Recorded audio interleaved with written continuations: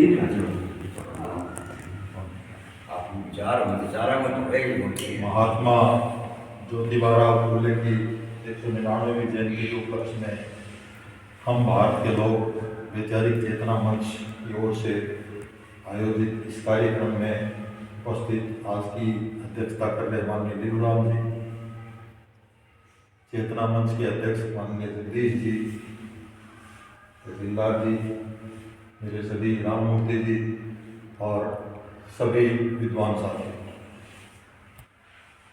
ये सत्य है कि तप से ही सोना बनता है।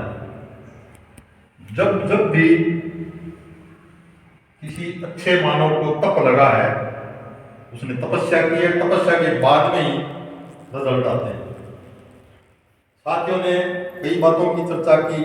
मैं जो चर्चा हो चुकी उन बिंदुओं को टच न करते हुए कुछ नई बात शेयर करना चाहता हूँ।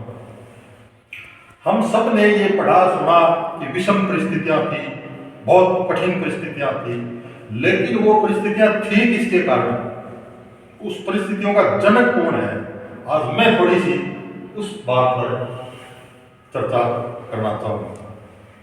इन विषम परिस्थितियों की जनक है ब्राह्मण जाति द्वारा रचित एक पुस्तक जो मन्नु ऋषि ने लिखी और उसका नाम है मनुस्मृति। मनुस्मृति में स्पष्ट 4 वर्णों का उल्लेख किया गया है। 1 नंबर वर्ण है ब्राह्मण वर्ण, नाम वर्ण दिया है, लेकिन इस ब्राह्मण वर्ण में केवल एकमात्र जाति है ब्राह्मण। 2 नंबर वर्ण है क्षत्रिय। क्षत्रिय के अंदर केवल एक जाति है राजपूत। 3 नंबर वर्ण है वैश्य, एक जाति है केवल बढ़िया जो व्यापार का पैसे का कारोबार करता है। अब रह गया लास्ट अपने वास्ते शूद्र वर्ण। बाकी समाज के अंदर जितने भी लोग बचे हैं वो सारे के सारे शूद्र वर्ण में आते हैं। आज चाहे भले जाट चौधरी बन के लगाते हों, लेकिन उस समय तो वो शूद्र ही थे। चाहे आज हम किसी भी तरह के यूं मानते हैं कि ये बड़ा है ये छोटा है, लेकिन मेरा ये मानना है कि मनुस्मृति ये कहती है कि ब्राह्मण, राजपूत और बढ़िया, ये 3 तो है आदमी मानव, और बाकी हैं इनके सेवक, दूसरी भाषा में कारुकमेण। इस बात को हमें अच्छी तरह से समझना पड़ेगा। चाहे ज्योतिबा फुले राव हो, चाहे भीमराव अंबेडकर हो, इनको कष्ट देने वाला है कौन है? हम हमारे धार्मिक ग्रंथों में पढ़ते हैं कि एकलव्य का अंगूठा और उस ब्राह्मण गुरु ने, जिसका मैं नाम लेना उचित नहीं समझता, आप सब समझते हो ना, ले तो द्रोणाचार्य है, मैं ले दूंगा है। वो कह रहे हैं कि गुरु दक्षिणा में मेरे को आप अपना अंगूठा दे दो। अरे नालायक भले आदमी, जिस दिन ये शिक्षा लेने के लिए तेरे आश्रम में गया था, उस दिन तो तेने उसको धुतकार दिया था कि मैं भक्तों को शिक्षा नहीं देता है। और आज जब ये इतना पारंगत धनुधर हो गया है, तो आज इसको खत्म करने के लिए और आप कह रहे हो कि भाई आपका अंगूठा काट के दे दो। ये क्या था? ये सारा का सारा मतलब ब्राह्मण, ये जो क्षत्रिय है ना, ये राजकाज का काम करते थे, लेकिन क्षत्रियों को चलाने वाला कौन था? ब्राह्मण। हम कहानियों में पढ़ते हैं कि राजा ऋषि मुनि के आश्रम में जाते थे तो जूते बाहर निकालते थे, अपना मुकुट है वो भी बाहर छोड़ के जाते थे। यानी असली राजा कौन थे? ब्राह्मण थे। हम रामायण के अंदर भी पढ़ते हैं कि श्री रामचंद्र जी ने वो सम्मुख ऋषि का वध किया। वजह क्या थी? शूद्र था, भक्ति कर रहा था।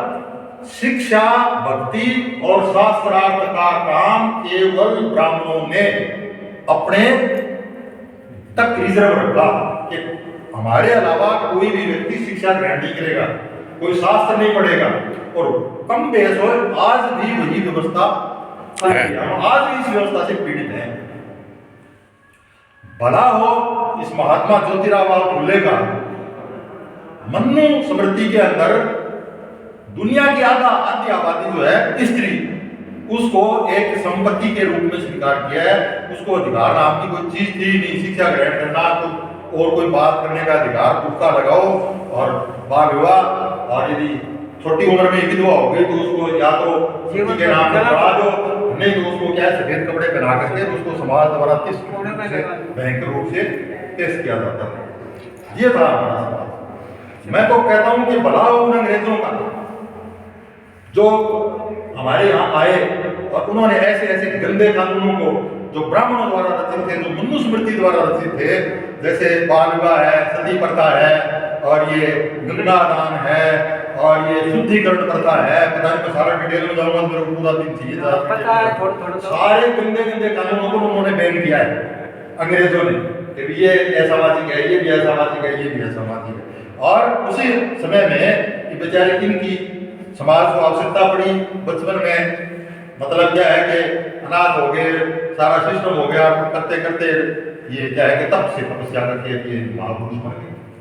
उसी हिसाब से उनका अनुसरण करते हुए और आज B.R. अम्बेडकर साहब को, मतलब मैं बड़े स्पष्ट शब्दों में कहना चाहूंगा कि हमने उसको बहुत छोटे रूप में अंकन किया है।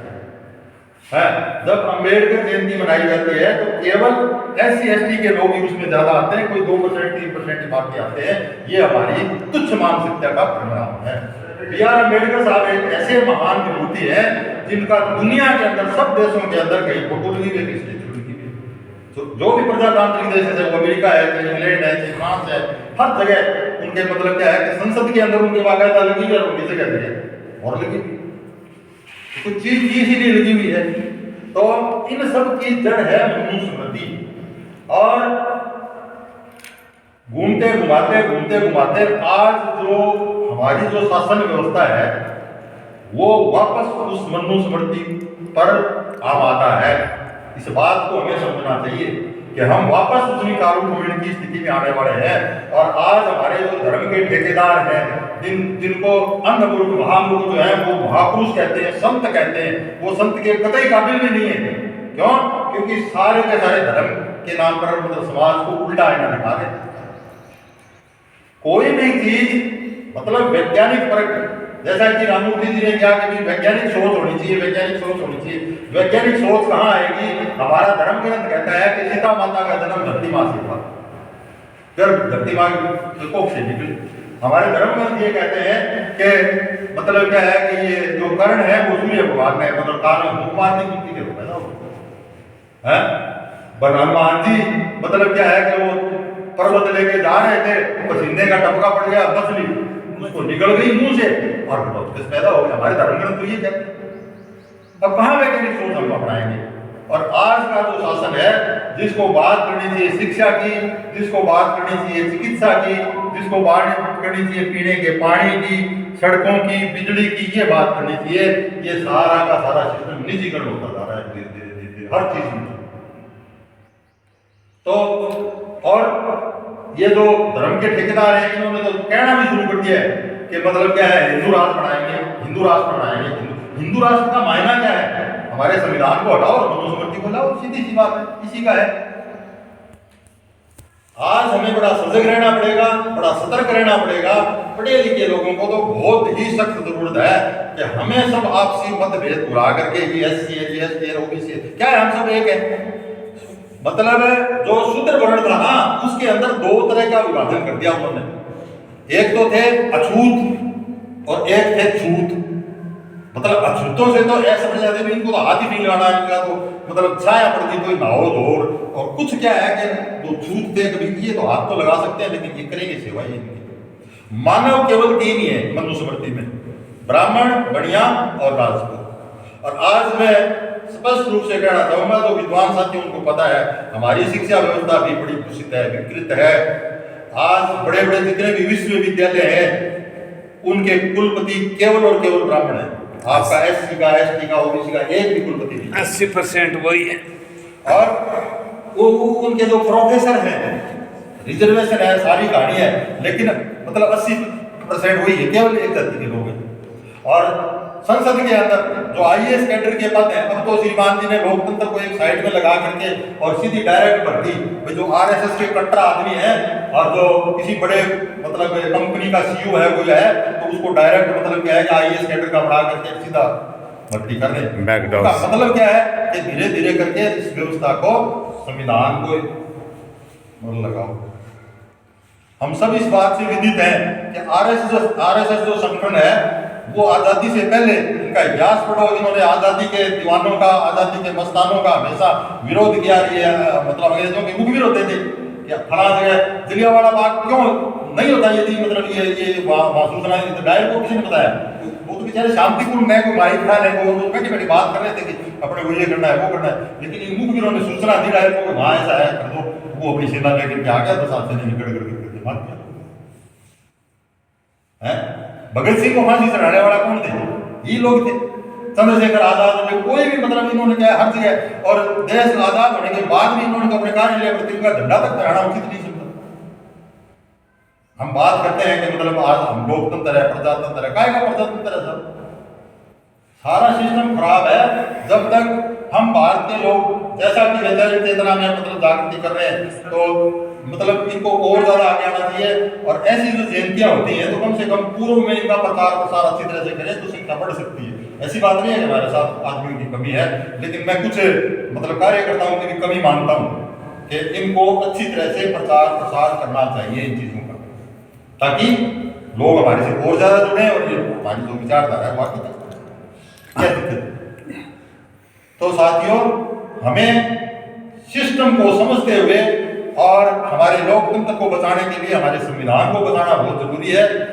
अदरवाइज गिने दिनों में हमारा संविधान खतरे में आ जाएगा। ये मनुस्मृति वापस लागू होने वाली है। और मैं तो कहता हूँ एक प्रकार से आज भी मनुस्मृति के तहत हमारे कानून कायदे चल रहे हैं, मतलब कोर्ट के फैसले भी उसी के तहत कर रहे हैं, खाना पूर्ति हो रही है संविधान की। ऐसे ऐसे फैसले आए हैं कि जिसमें संविधान को उन्होंने एकदम ताक पर सारा सिस्टम मतलब क्या है कि जब सत्ता, न्यायपालिका और आपका ये जो है मीडिया, ये सब एक हो जाए तो ये कुछ भी करो, ये तो तानाशाह है। आज आपको कह रहे थे रेडियो तो मैंने सुना नहीं, मैंने राजस्थान पत्रिका को बड़े गौर से पढ़ा, आप पढ़ लेना, उसमें एक भी शब्द नहीं है ज्योतिबा फुले राव की जयंती के। वो मीडिया कहीं प्रचारित नहीं करता, उनको जरूरत नहीं होता, अपने को दुश्मन मानते हैं लोगों। इसलिए इस बात को समझते हुए कि मीडिया हमारा साथ नहीं देगा, सत्ता हमारे साथ नहीं देगी, फिर भी जो पढ़े लिखे लोग हैं उनको केवल हम नौकरी लगे, हमारे बच्चे रिजर्वेशन से नौकरी लगे, इस बात से आप संतुष्ट ना हो। इस बात को और आगे बढ़ाएं और जो हमारे समाज के दलित जो दूर तक बैठे लोग हैं उनको हमारे से जोड़ें और इस अभियान को आगे बढ़ाएं। तभी ऐसे महान सपूतों की, ऐसे महान महात्माओं की इस जयंती को सच्चा माना जाएगा। मैं ज्यादा नहीं बोलते हुए सबका धन्यवाद। जय हिंद, जय भारत।